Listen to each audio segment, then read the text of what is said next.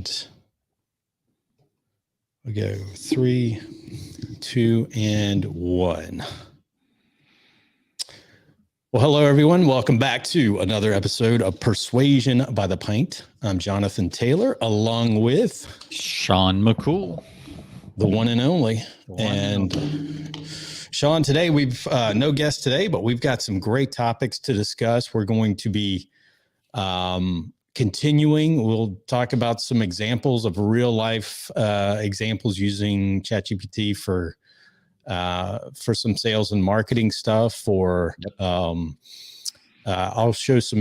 give some examples on how I've used it for some podcast ads. And also we're going to talk about just some of the factual research that AI gets into and how accurate it is. It's kind of comical, nothing huge, but just kind of an example of why you should make sure you fact check good old AI. So you're saying it's not perfect, or maybe it's perfectly human. Exactly. That's the point. It is using a lot of the same tendencies that humans do, maybe in shortcuts, maybe, I don't know. So we'll see. Yeah. It's like a teenager doing research for their school project. Close enough. Where's your sources? These don't exist. So we'll get into some of that, some examples. I had some fun with it this week, using it to write kind of an argument on green energy, and just curious as to what some of the sources that it cited, and some of them were absolutely made up. And then, it's just like figures just pulled from the air. Then I started doing some searching, and I found other people running into this similar, obviously similar thing, making up, pulling books and references that literally didn't exist. So it's kind of funny, but just goes to show it's not perfect. It's a work in progress. So. Yeah. Wow. Okay.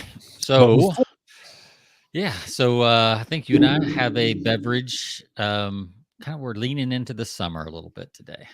Yes, absolutely. June. It is now June. Mm-hmm. So I saw what you had. I guess I'll start on my end. I've got a Shiner, a good old Shiner beer here in Texas, but this is a sea salt and lime. Ooh. So it's like a pre-built Corona, I guess. Like, you don't have to add the lime; it's already in there. This is that looks fantastic. Yeah, so easy drinking. This sessionable brew is made with real lime peel and artisanal sea salt for authentic and refreshing flavor. Perfect for outdoor patios, indoor sofas, or anywhere you want to sit back and relax. And this one's pretty light at 4%. So it's should be a nice, hopefully light, refreshing. Sounds very refreshing on a summer day. Yeah. Yep. So they got the mixed Shiner pack out right now. So I'll be doing Shiners for the next few episodes. Nice. All right. Well, I'm going to pull mine up here. I've got one from Ennis and Gunn. Are you done here? Sorry. I've got a Caribbean rum cast. Nice. And if our old boy David Dutton out there, if he's watching or listening, I think he would probably love that. I think he's kind of a rum guy. Yeah. So this looked pretty refreshing at the old beverage spot today. I almost went for a Russian Imperial, or no, it was a milk. It was a Imperial milk stout or something like that. And I went with something lighter, but a little more refreshing. And I found this one by Ennis and Gunn, and I had to check it out. So good brand.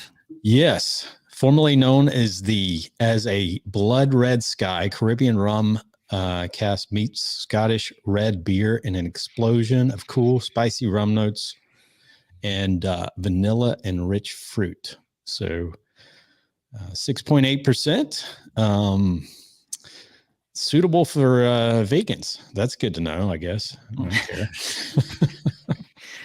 not seen that on a beer before. I've never seen that either. It's pretty odd to put up there, but it does say gluten-free and suitable for vegans. So I guess they've got their market there they're catering to. Yeah. All right. Let's see it. Mine looks like apple juice, basically. Ooh. Very light. Mine is it looks darker in that camera, but it's not as dark as it appears on screen. So all right. Well, let's cheers it up. Cheers.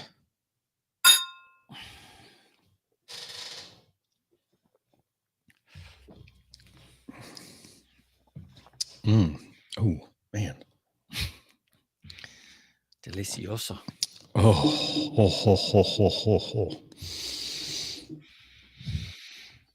Yeah, mine is very light. It does it's not overpowering lime. It's not like a lime drink, you know. It's just got just the touch at the end. Don't taste the salt too much, but yeah, that would be an easy drinking beer for sure. Yeah. So yeah, I like it. I'll give it, you know, it still doesn't have those super rich flavors that I like. But I would give this a 3.5. 3.5. Okay. That's above average. Yeah, definitely. This one is very good, Sean. I'm going to give this one a solid, I'm going to give it a solid 4.7, 4.8. I'll probably give it a 4.8. It's just really good. Yeah. You've been on a roll lately. I have. I mean, it's light, refreshing. I would go this one. This is a beer. It's not like 1 or 2. This is one you could actually, what was it? 6? It's like 6.5. So it's not terribly high. You know, you can have 2 or 3 of these and really enjoy by the pool, you know? Yeah. little reggae in the background. There you go. Yeah, steel drums. Be nice. You could just hear it. Yeah. Yeah.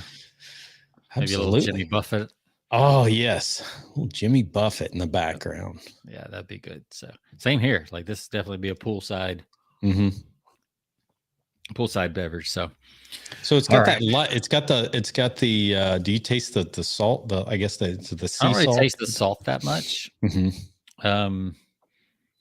Definitely get the little tartness of the lime, but it's not overpowering by any means. So it's like a lager, but just with a little bit. Well, it tastes like if you put an actual lime in your Corona, it tastes very similar to that. Yeah. It's just pre-done for you. You don't have to find the limes. So pretty nice. Very cool. All right. Well, let's jump into all things AI, ChatGPT. Let's start with what you've got, and then I'm going to go on my tangent of it being a complete fake liar. Okay. Yeah. So I had a sales call, I guess last week or the week before. And I was like, you know, I'm pretty spontaneous on my sales calls. I do a lot of questions, but I was just curious. I was like, let me see what chat might say about a series of questions that I could ask in a sales call, right? So this was for copy and consulting work. Yeah. So I just pulled up the old chat and I went in and I said, here's my prompt. It said, I'm having a call with a potential client today for my copywriting and consulting services. I want to find out what she really wants, what would make her light up, what's her vision for the rest of her life.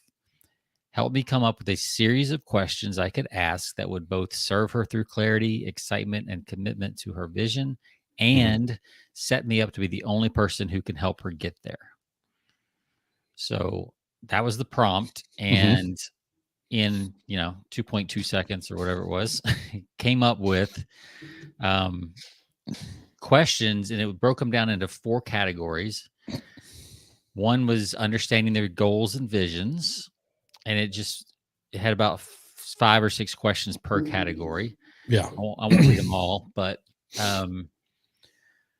it started out with, can you tell me a bit about what you're hoping to achieve in the next few years? If you could wave a magic wand, what would you have your life, your business look like? What excites you? What's one dream you've always had but never pursued?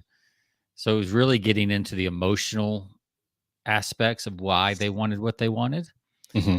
And then it changed gears into clarifying their challenges and needs. Right. So we kind of painted a picture of the future, what they wanted, and then it came back and now figured out where they are and what was holding them back. Right. So it asked questions like, what do you feel are the biggest obstacles standing in the way of your vision?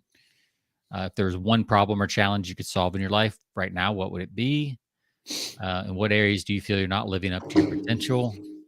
Where do you need more resources and support? So you can see, if you've ever done sales, you can see that Yeah. you're going to have everything you need to close this sale already with just those two things.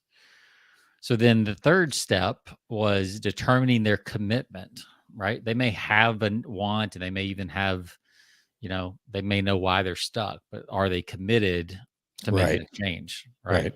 And I think that's something a lot of salespeople kind of gloss over. They get excited if they hear those first things that, Yep. oh, they got a problem. They know where they're stuck. This is easy, slam dunk, right? And they don't get the commitment out on the table. Yeah. So on the a commitment, scale, I love that on a scale because that's so important to understand where they are. yeah. So it says, what steps have you already taken, right? So you don't accidentally propose the wrong or a similar step. Right. How committed are you to making your vision a reality on a scale of 1 to 10? And then whatever they say, there's two ways you can go on this one. Chat wrote, what would it take to make that a 10? I actually ask, what would it take, or why was the number not lower? So if they give me 7, I'll say, why was the number not lower? And then they reinforce why they chose that number, which I got from the book. We did a long time ago. Can't remember the name of it now, but the book, the 7-minute persuasion book, instant influence. Yep. Yeah. So that's where I got that Mm-hmm. little tweak to that. How much time and energy are you willing to invest, and what sacrifices are you willing to make?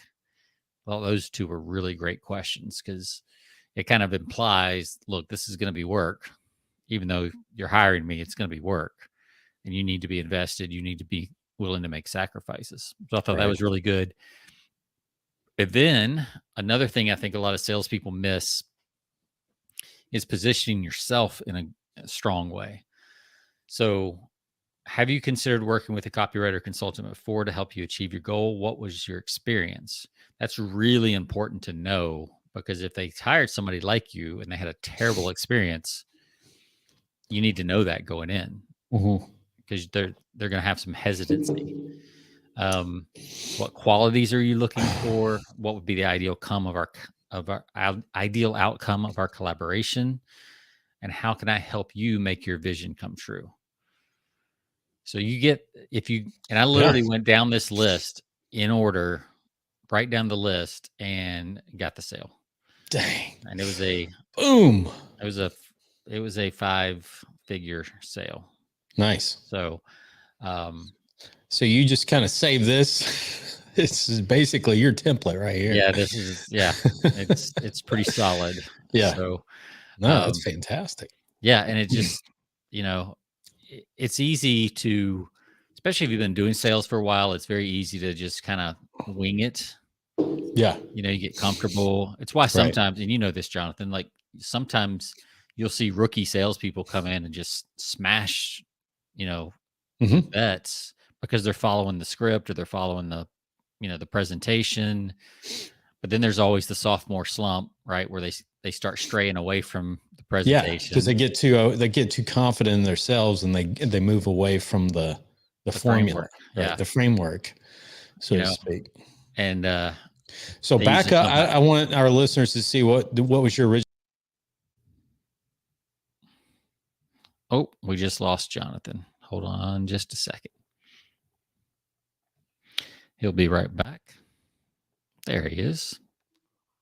Yeah, I don't know what I accidentally hit the back. Did you exit yourself out? I exited myself out. So, yeah, so I wanted to see the original prompt. Okay, here it is. You got it. Yeah. So, when I do prompts now, what I'm learning as I play with ChatGPT and other tools like it, I'm just being like very direct with what I want, like my ideal outcome, and I'm just structuring the prompt in a way that almost like me waving a magic wand. Okay, if I could get my ideal response, Yeah. that's what I'm trying to prompt it for. Right. A lot of people use this idea of like, I want you to be, a world-class salesman. I don't think you need to do that anymore. Like, I think that was 3 months ago. Like, Right. that seemed to work. I don't think you have to do that now. I think you can now just say, look, I'm having a call. Here's my services. Here's what I want. Here's the ideal outcome. Create me a series of questions. And you ask that's the right prompt, because really it is all about, I mean, it's discovery. It's all about finding out what they want or what they need. Yeah. Not what you want to give them. Right. Yeah, exactly. And yeah, I didn't say, here's my book of services, create some questions to promote me or to whatever. I did ask it, set me up, the very last thing I said, and set me up to be the only person who can help her get there. Right. And that was the last section of questions, which were just, finding out about their past history with copywriters, consultants, things like that. But yeah, it was very clean. In full disclosure, she was a referral from somebody, so that helped. She was already, a little bit on board, but still, even if she would have been a yes, going through these questions and having her answer them just solidifies the relationship going forward. Yeah. I could have probably closed her with less, but that call is now, because we worked through all those questions, and I learned some things that I wouldn't have learned if I didn't go down this route. About what, because it's funny, all the stuff in section 1 where she was answering goals and visions, almost none of it was actually about her business. It's what she wanted the business to provide for her. Right. It was like more travel, more time with grandkids, like all that kind of stuff is what she wanted. And that's the only reason she wanted the business to grow, was to support that stuff. Yeah. So that became the focus of what our work would be together, is actually scale the business in a way that is actually less time for her. Yeah. Where if I had not gotten that information, I may have proposed, her working more, expanded the business in the wrong way. Right. But now I know it's very important to her that she not add much more time, because she wants that time for, travel. She's still willing to work. She just doesn't want to work a lot more than what she's working. She wants more leverage. Sure. So yeah, that was a really good, that was a really good call, really good set of questions. Right. So it's just really, just take a minute when you do your prompts and just really ask for what you want and think through what you want, and then prompt it like that. And if you don't know, you can ask ChatGPT to ask you the questions it needs to give you the kind of answer you want. Sure. It'll actually come up with great questions, and you just answer them, and then it'll give you what you want. So, yeah, that's good stuff, man. Yeah, it's a great example of using, using that in your business. And I've got, like, I'm going to be talking about some physical tools that you can use here later on the show, that you can use in conjunction with that for presentations. Yeah, which I think would be a super powerful combo. So we were talking about that earlier. Maybe we'll try one live here. One of those prompts. But first, before we do that, you wanted to talk about ChatGPT being a liar after we've praised it. And after we've been singing its praises for episode after episode. Yeah. Now it's time to put them under the spotlight. Yeah. On a side note, before I get into the lying pattern of ChatGPT, I read an interesting article this week, Sean, that talked about how the Air Force was using AI in a simulation. I don't know if this has come across your news feed at all, but I I found it interesting, and apparently it's a simulation type exercise. The Air Force is using, drone AI technology for targeting, for hitting targets. And so I think they gamified one application. And again, this is all simulation. This wasn't real. But they were gamifying the AI to hit certain targets, enemy targets in the simulation. And then they tried to tell it not to hit certain targets. What do you think the AI did when you originally prompt it to hit based on so many points per target, and then you tried to change it? What do you think it did? Well, if you don't erase what you just told it, it tends to go back to the first thing you told it. Yeah, it in this case, it said, you know what, I'm going to stick with what you originally told me. I'm going to keep killing, and then I'm also going to kill you so that you don't interfere. And that's exactly what it did. It just went in and basically knocked out the communication tower, so you could no longer tell it not to. Well, that brings back visions of both Skynet and war games. Right. Shall we play a game? Shall we play a game? That's right. So again, a simulation only, but it tells you what the, when AI fixes itself onto a certain target or a certain objective, and then you try to change things up, maybe they weren't clear. Maybe, maybe the change up wasn't clear, or I'm not sure exactly what happened there, but certainly AI was not persuaded to change its objective. In fact, it was said, you know what, I'm just going to eliminate you whatsoever because you play a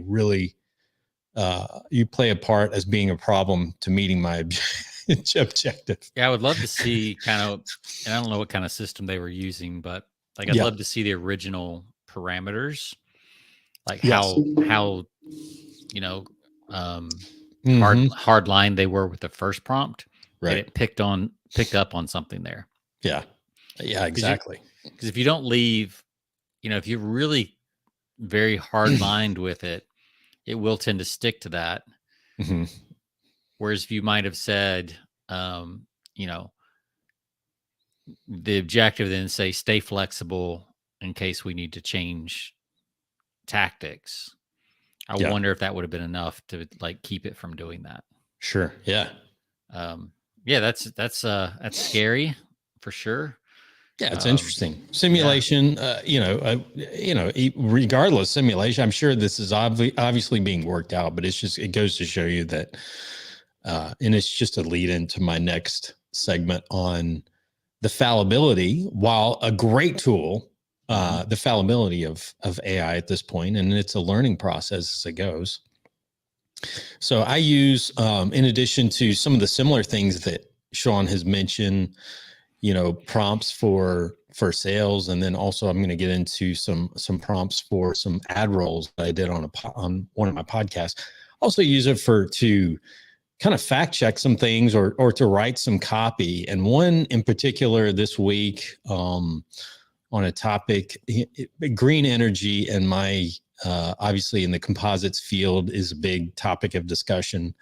I'm all for green energy, but I'm also for other sources, fossil fuels and green energy moving kind of side by side, not eliminating one or the other. But I asked it to talk about some of the, one of the things for a podcast, dealing with, because composites big in wind energy and obviously the EV market as well. And so there's a big push with a lot of manufacturers in that area to there's a big talk about sustainability. And so one of the prompts I used this week was obviously on the, green energy and, all the benefits and why we need to achieve a certain level of carbon neutrality by 2015, I think, is the target date or something like that.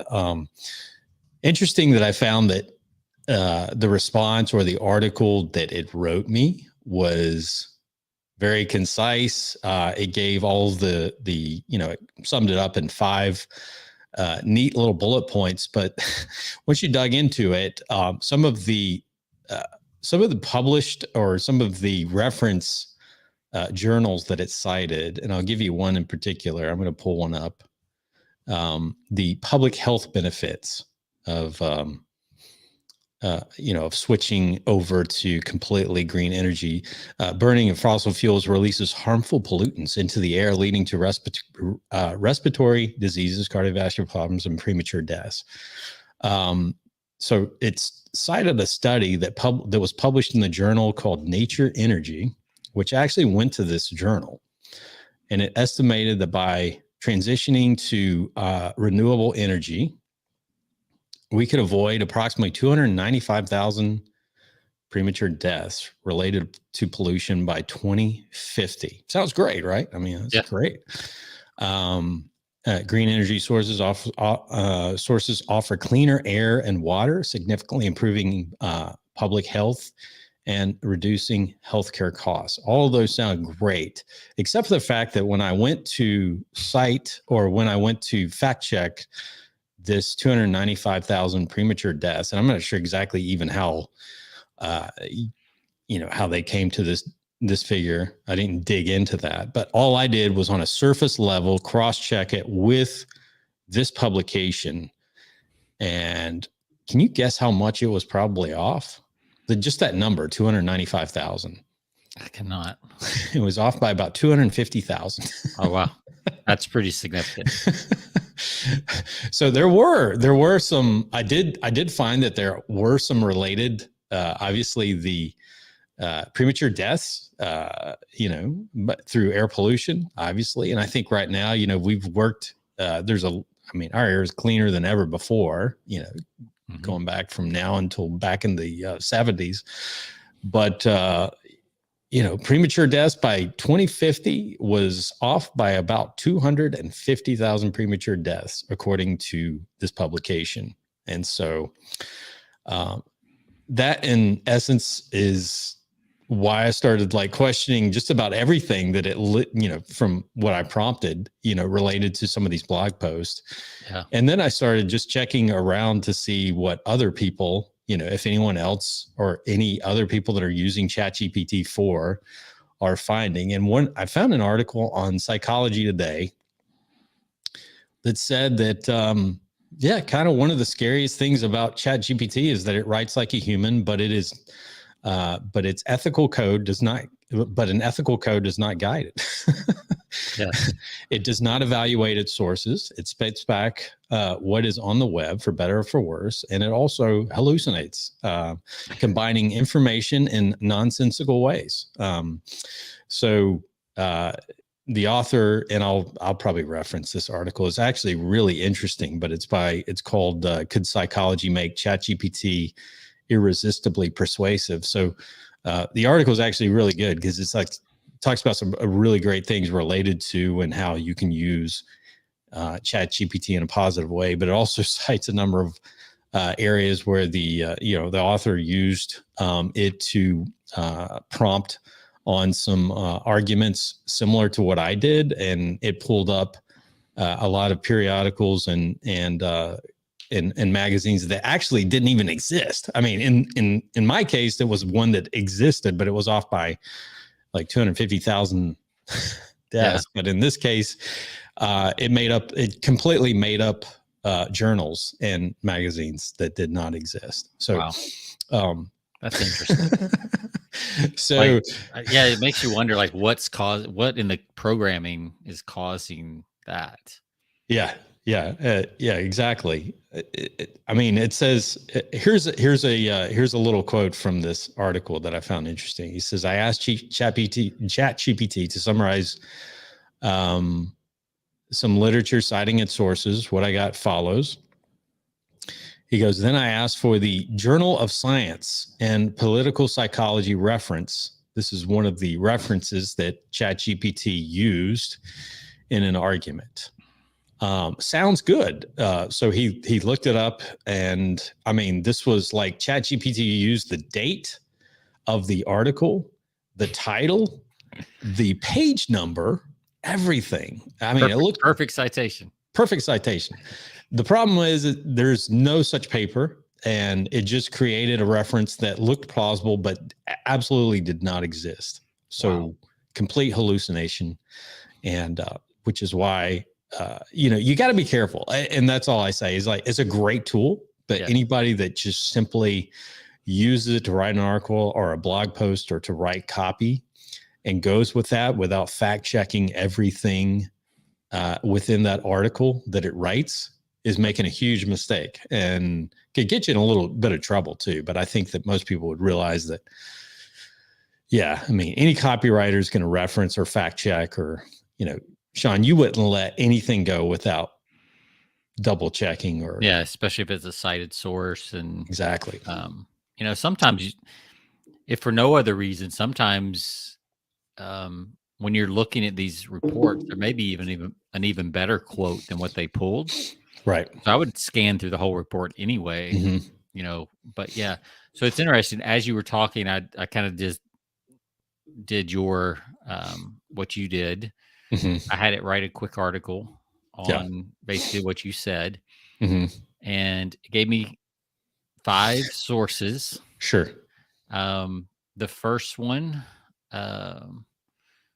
page not found. There was a site, but the page was not found. Right. The next one was it actually found, and it looks like the correct thing. Okay. But then the third one, not found. File not found. So yeah, it's putting the full web address and then it's not found. So I don't know if it's archived or what's going on or why it's doing that. But then the final citation was also there. So so yeah, you definitely got to at least click through and see what's going on to know, and just double check.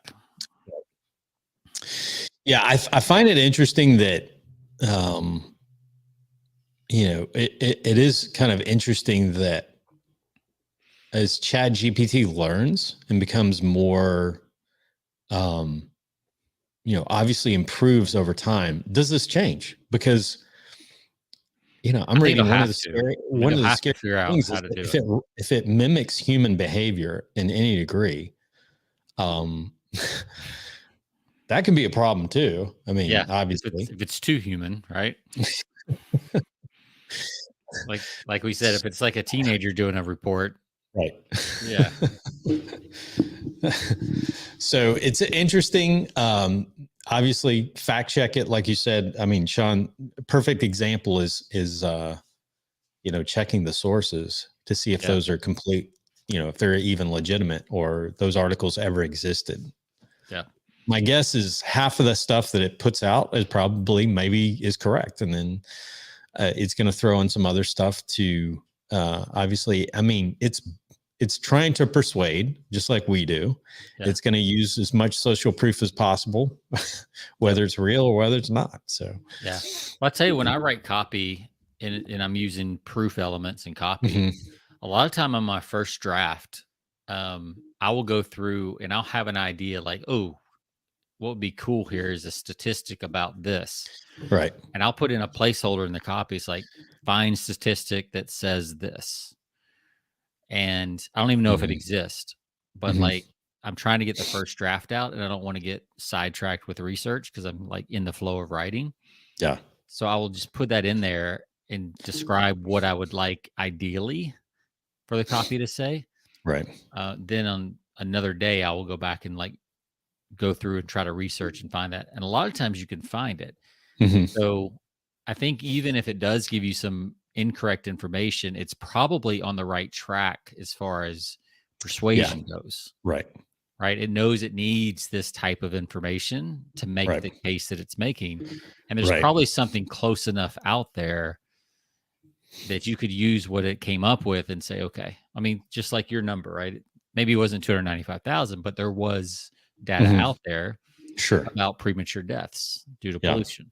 Yep. So I think that's the way to look at it. It's like, okay, let's just treat these as almost like placeholders as a best case scenario of what an argument would be. but then you go back and just fact check it, adjust the copy for the Mhm. actual statistic or the actual quote or things like that. Right. Yeah. Yeah, I think absolutely. I mean, it's very persuasive because it's going to use the principles of persuasion because it knows that. Yeah. It's going to use social proof. It's going to use a lot of those Cialdini principles to convince you in an argument. You just like anything, you just gotta check it before you put it out there. So make sure that there is accuracy in your, especially if you're writing copy or anything that's out there on the web. Yeah, don't just have it write and cite sources and fire it off as an email. Like, right? You better check it. Hey, this is great. Yeah, perfect. Yeah, because you can get excited, like, oh man, God, that's amazing. Like, yeah, exactly. Let me just send this off to the client. Yep. And then they check it and it doesn't exist. You lose all credibility. Now, I will show you one good thing that I did use, and I referenced this. So I used it to write. I've had a couple of new sponsors for my Composites Weekly show, and this is one that I used. And these weren't the final drafts, but I thought this was actually pretty good for, understanding.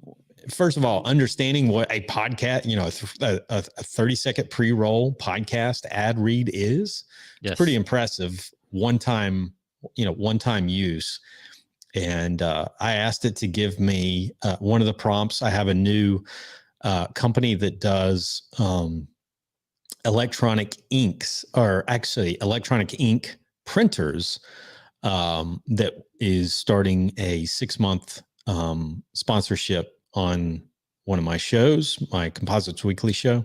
Yeah. So I don't know a whole lot about, that's kind of like, that's not in my wheelhouse of completely understanding everything they do. Yep. So obviously I spent some time on their website, and even at that, it wasn't the greatest source of pulling a ton of information, as a lot of technical companies are. Yeah. They don't explain it very well, but I put this in first time just to give an example. Write me 3 different 30-second, and Sean, you may have a different, a better prompt for this. This was my first prompt. Write me 3 different 30-second pre-roll podcast ad reads for a company that makes rapid prototyping platforms for printed electronics. So look at this. It gives me 3 ad reads. It even tells me which music to use. Yeah. Upbeat music. One is soothing music and one is inspirational music. Huh. So the first one I thought was some of these, and none of these were the final, because I tweaked them and then I sent them to the client who, and this is not their name of their company, by the way. I was going to say it. I love how it makes up names and product names. It does. Yeah. Circuit Swift. I didn't even hint on the name, and it gave me a name. But yeah, I put these together. I changed them a bit, sent them over to the client. So the first one, if you're listening on audio, says, dreams turn into reality faster with our rapid prototyping platforms at Circuit Swift. Ever imagine printing your own electronics? We provide the tools to turn your concepts into prototypes in a matter of hours, not weeks. Everybody loves speed. Speed. Yes, that's what people want. With Circuit Swift, you're not just creating circuits, you're unleashing innovation. Step into the future of electronics, forward thinking, manufacturing, starting in your own garage. This goes to show anybody can get started. Mm-hmm. Using our technology. You don't have to be a company. You could be a startup in your garage, in your own garage or lab. Circuit Swift, your ideas, our platform. Let's build tomorrow together. So let me ask you. So you wrote the prompt. It took you 20 seconds to write the prompt. It spits these 3 things out. Yeah. How long would it normally take you to write these ads in the past? Easily 2 to 3 hours I would have spent, because there's research, and then there's sitting down and writing. Sometimes the client will send us send me something. I say, either if you prefer, I can we can write it, I can write it, or you can send me over something and then we can work together to tweak it. Most of the time they're like, can you just send us something? And we'll sign off. You write it, we'll sign off. Exactly. It's kind of like, asking for a testimonial and people like, just send me over something. I'll sign off on it and say, I agree. And that's the best way to do testimonials too. Exactly. Yeah. Then you can get exactly what you want. Right. Exactly. And if they want to change something, they'll change 1 or 2 words, but you'll usually end up with a stronger testimonial if you actually ask people or if you write it for people. Yeah. Yep. So in answer to your question, this cut down, all of this was done in less than 30 minutes. Yeah. But and that's me tweaking it, sending it over to them, and them sending it back was just, cut it down from about 3 hours down to about 30 minutes. So wow, that's leverage. I mean, that's a 6x improvement. Yeah.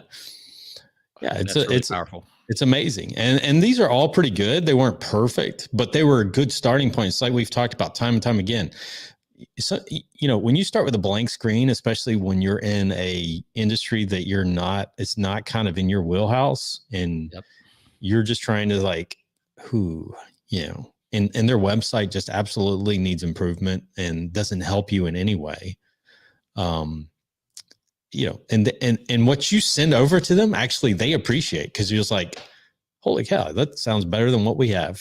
because they don't know how to write copy. They're tech people. Yeah. They're writing manuals. They're not writing copy. So, and they'll see something, change 1 or 2 words, a phrase. They're like, no, that's not quite accurate. We do this. That's right. But that's so much faster. It is. And less stress, Yeah. It gets them involved in the process. Obviously they added some things to that and so that worked. It's like, you just got to give them a starting point, and they changed some things around. And I did that for not only this client, I had 2 clients that I did that for this week. So a total time frame probably on both new advertisers for a podcast was like less than an hour, and they both loved them, the examples. So that would have been almost a full day.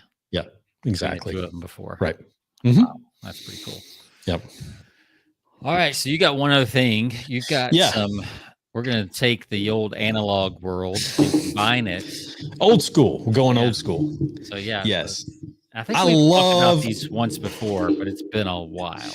Yeah, I love this. And we've talked about there's a number of companies doing these it's like flashcards or cards, old school hand, reference cards that you can utilize for persuasion, for whatever situation that you're in. And you and I are a little bit old school. We like the technology, but we also kind of like the reference stuff that we can use and kind of just flip to and give us some ideas. And what I found is this is kind of an old school method that kind of works, like we were talking before the show, can work with technology, with AI. We're going to try it live right here on the show. See what happens. So this is a company called, it's called PipDex. And many of you, our listeners, may have heard it's called Storyteller Tactics.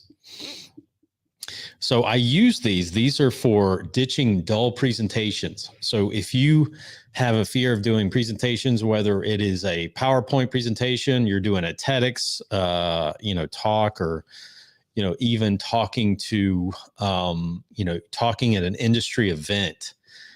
One of the most fearful, obviously public speaking is one of the most feared things. It's feared more than death, apparently.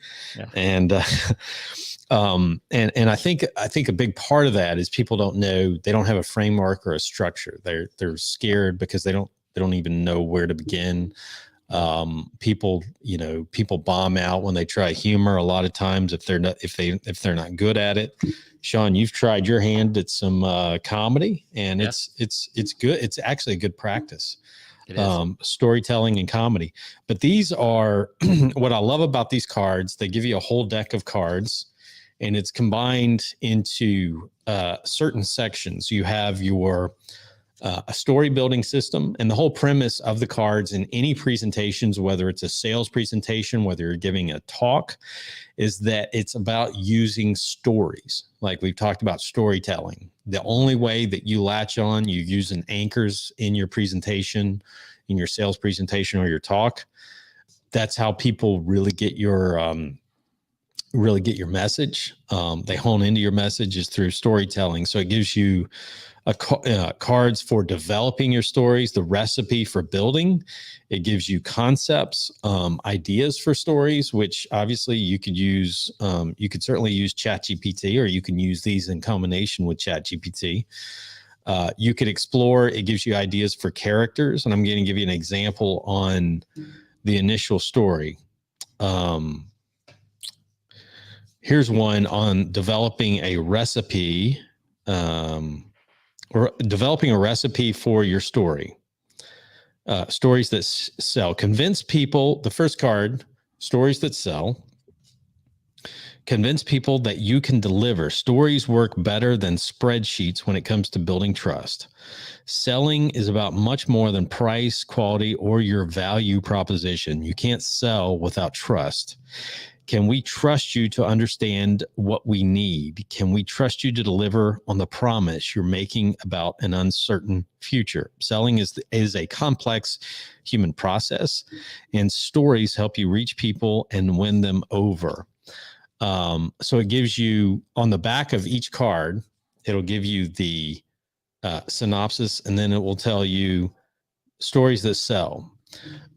It goes through the audience profile. Who is your audience? Who is your audience? What kind of problems are you solving first?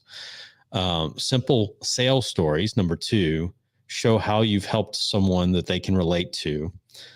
Social proof. Look for trends, prototypes, or testimonials that will strengthen your case. And then a rags to riches, which I love this. Try an optimistic story. We always forget those rags to riches because everybody loves an underdog, the underdog in the story. Try an optimistic story structure with your customer at its heart. And then pitch perfect, boil it down to an elevator pitch. Rags to riches story. So if you don't know any rags to riches story, what are you going to do, Sean? Go to ChatGPT and make one up. Think of. So I can't think, when you're asked to think of a story right off the top of your head, it's like so many things come to mind. But when we have Sean typing in a rags to riches story right in front of us that we can use in our story.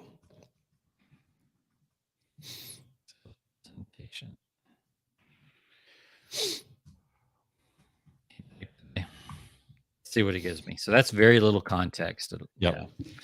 You could actually use the stuff on the card. Yep. From forgotten fields to global markets. In a small rural town nestled in the heart of Iowa, a young boy named John was born into a family of hardworking corn farmers. The fields had been the family's bread and butter for generations, but with the changing times, the demand for corn started to plummet. This change cast a grim shadow over John's childhood, instilling in him the harsh realities of life, yet kindling a spark to rise above them. As he grew older, the financial strain continued to afflict his family. Worn out clothes, old machinery, and rarely having enough food on the table became their norm. The family farm, once thriving, was inching closer towards inevitable foreclosure. However, John never lost hope. Tough times taught him the importance of resilience, adaptability, and creativity. So there you're like planting seeds about what they need. Right. Qualities that would become the cornerstone of his success after completing high school. Blah, blah, blah. His dream was simple, yet audacious, to save his family farm and transform it into a profitable venture.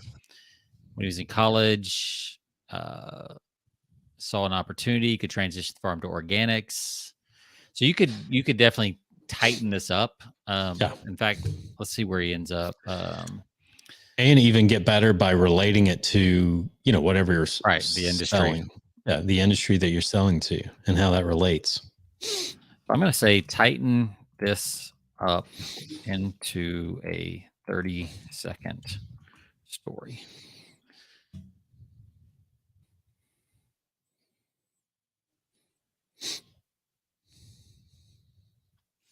So Yeah. So now it's one paragraph instead of Yeah. a whole page. Yep. So that's what you can do. Like you can ask it for the full thing, let it run its course, and then you can Mhm. make your Yep. refiner prompts to refine the message.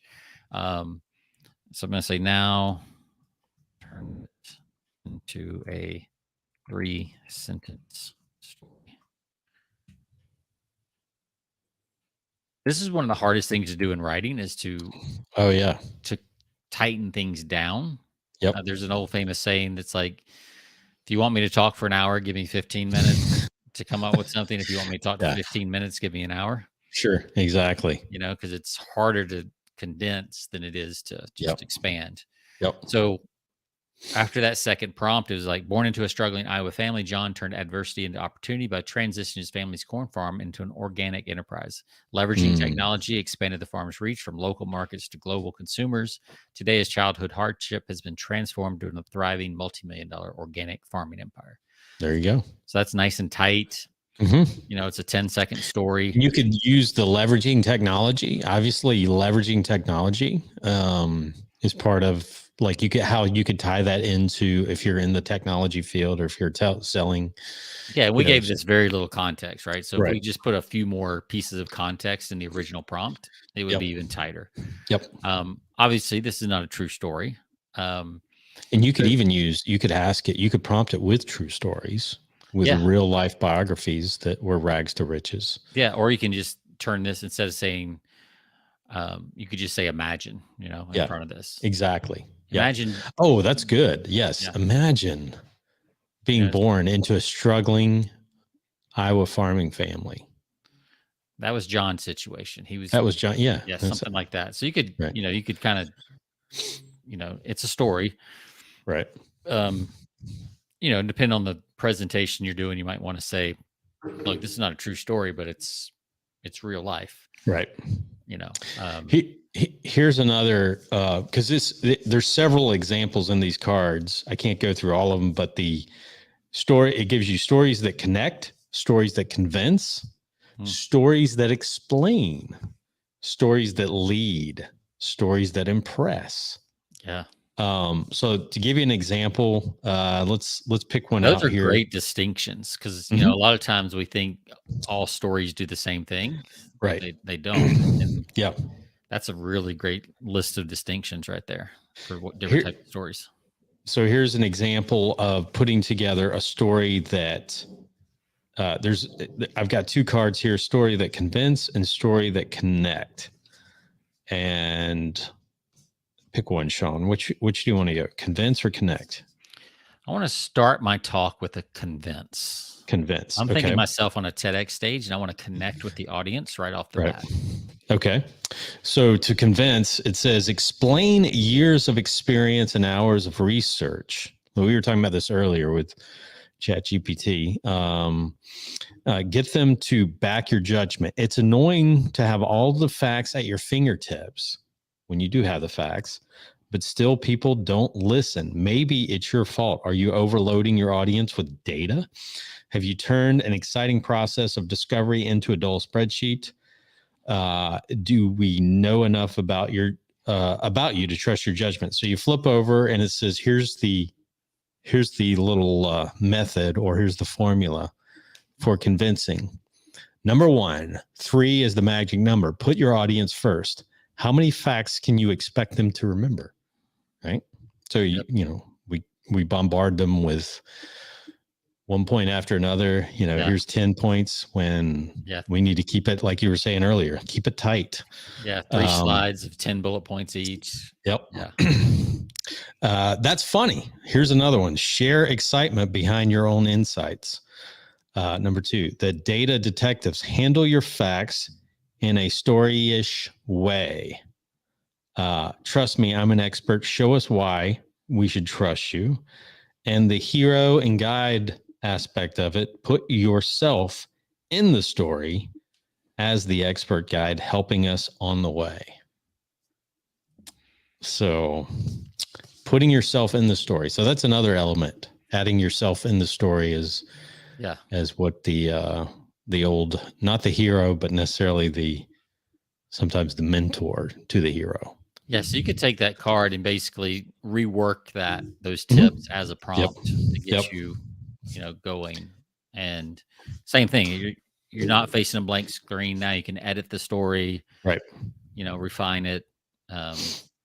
So yeah, And then here's a great thing. It gives you concepts. So if you don't like, so if you want to, if you don't like what ChatGPT is giving you, maybe you use one of their own concepts. And one is the dragon and the city story. So maybe you don't like what's on the card that they give you, but maybe you could go further with it with ChatGPT. For instance, explain your project as if it's an epic adventure. Get people excited about your plan of action.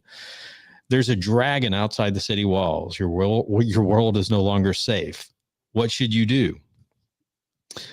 Escape, find a safer place to live, defend, strengthen your city walls, attack, take on the dragon before he gets stronger. Each option has risk and rewards, just like your project. It says you need to get people excited about your work. Turn your project goals into an epic story about a city. What is your city? What is good and valuable in the status quo? What is wrong or unfair or wasteful? Who's in charge? And then who is your dragon in the story, right? yep. Who's the threat? What is the threat? What's what is the threat in your world of business? And identify that dragon. What's the escape? And then defend. What's worth defending? So you see this, if you flush this out, you can see this being used in companies today all the time. We just don't realize how, this formula is being put together. And then it says, lastly, attack. What's your best line of attack? What are your chances of winning? And what's the reward? And is it worth the risk? So pretty cool. Yeah. Something that you could utilize and then flush out. If you don't like some of the concepts, then you can tweak them and work with them on AI for sure. Yeah, I think that's a good way to use AI. What I've noticed is it works really well when you give it a framework to work off of. Yeah. So if you've got an old sales book that has a great framework in it, when you ask, chat for a sales presentation, put that framework in it, maybe spin selling, for instance, right? Based on the book Spin Selling, excellent. Create me a series of questions for this client that I'm about to go see. And that's a great prompt using that book, because that book is a masterpiece for selling. Yeah, for consultative selling, especially in the kind of the work you do. Yeah, it's really, really, really strong. So yeah, think about that. Like all this information that you've read, maybe you have a pile of books behind you like we do. Yeah. Pull some of those out that have frameworks in them that you've forgotten about, and use those along with AI, right, to give it a nice framework to deal with. And I think you'll find, if you haven't been getting the kind of output that you want from AI, if you'll do that and give it a framework, give it examples, it does a lot better, and it can really nail it if you give it that kind of stuff. Yeah, no doubt. Like it knows all the copywriting frameworks, PAS, AIDA, like it knows all those. So when I ask now, I say, using the PAS copywriting formula, write me a Facebook ad about this, and goes right down: problem, agitate, solution. It's right. Otherwise, it tends to put the solution first if you don't do that. I took a training from John Benson, video sales letter guy. Oh yeah, I got that. That's actually really good. Yeah. And one thing he said in the training was, ChatGPT is designed to work fast and get stuff done. So it likes to put the solution right up front, which is the opposite of what you want to do in a good story and a good presentation and a good copy. Yeah. You actually want to draw it out a little bit, right? Get the curiosity up, get the emotion up. Yeah. Chat. It wants to, it's like what females, tell, what are the oldest complaint that females or wives tell their husbands is like, you're like a microwave. Okay. You just want it like, you just want to go too fast in the relationship. Okay. Yeah. You need to slow down. Yeah. ChatGPT is like a microwave. It's like us. Yeah. Yeah. Very like to the point, as few detail as possible. So you got to coax that out of them. That's right. Yeah. It's like when we go somewhere and, our wives are like, so what happened? You're like, not much. She goes somewhere and you ask what happened. Sit down and grab a beer because it's gonna be a while. That's right. It's gonna be a while. You're gonna hear about There the stop is at the restroom at the store on the way. Yeah. The song that came on the radio halfway, like every little detail. Right? That's it. Yep. Everything. Details. The middle is, somewhere in the middle is probably the best answer between those two extremes. Yeah, for sure. Yeah. So good stuff. There's lots of stand-up comedy about that whole dynamic. Yes. I'm not going to ChatGPT for that one. No. I might get punched in the mouth. I don't know. Yeah. Probably not. Yeah. So yeah, good stuff. Yeah.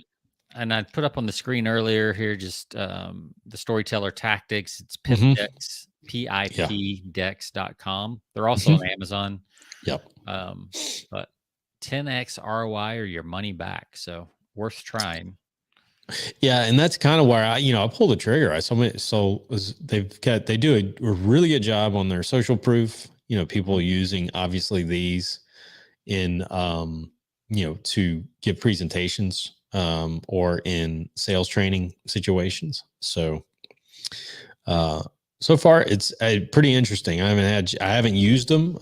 Honestly, I haven't used them yet, but I do enough sales presentations that I thought at the very minimum it's worth checking out. So yeah, all the big boys are using it. Google, Amazon, Meta, Apple, Microsoft. Exactly. So yeah. Good social proof there. Yeah. So there's your dragon. There's the dragon. Yeah. And I started out with a PDF, which is not, I'm just like, okay, PDF. Nah, I just send me the cards. Yeah. Cause I'm not going to spend time on going through 100 PDF sheets of this stuff. Yeah. It just works easier for the cards. It's easier to just pull out and flip through. Yeah. They should create an app that uses AI to help you write it now that they have absolutely they have all the frameworks. Yep, exactly.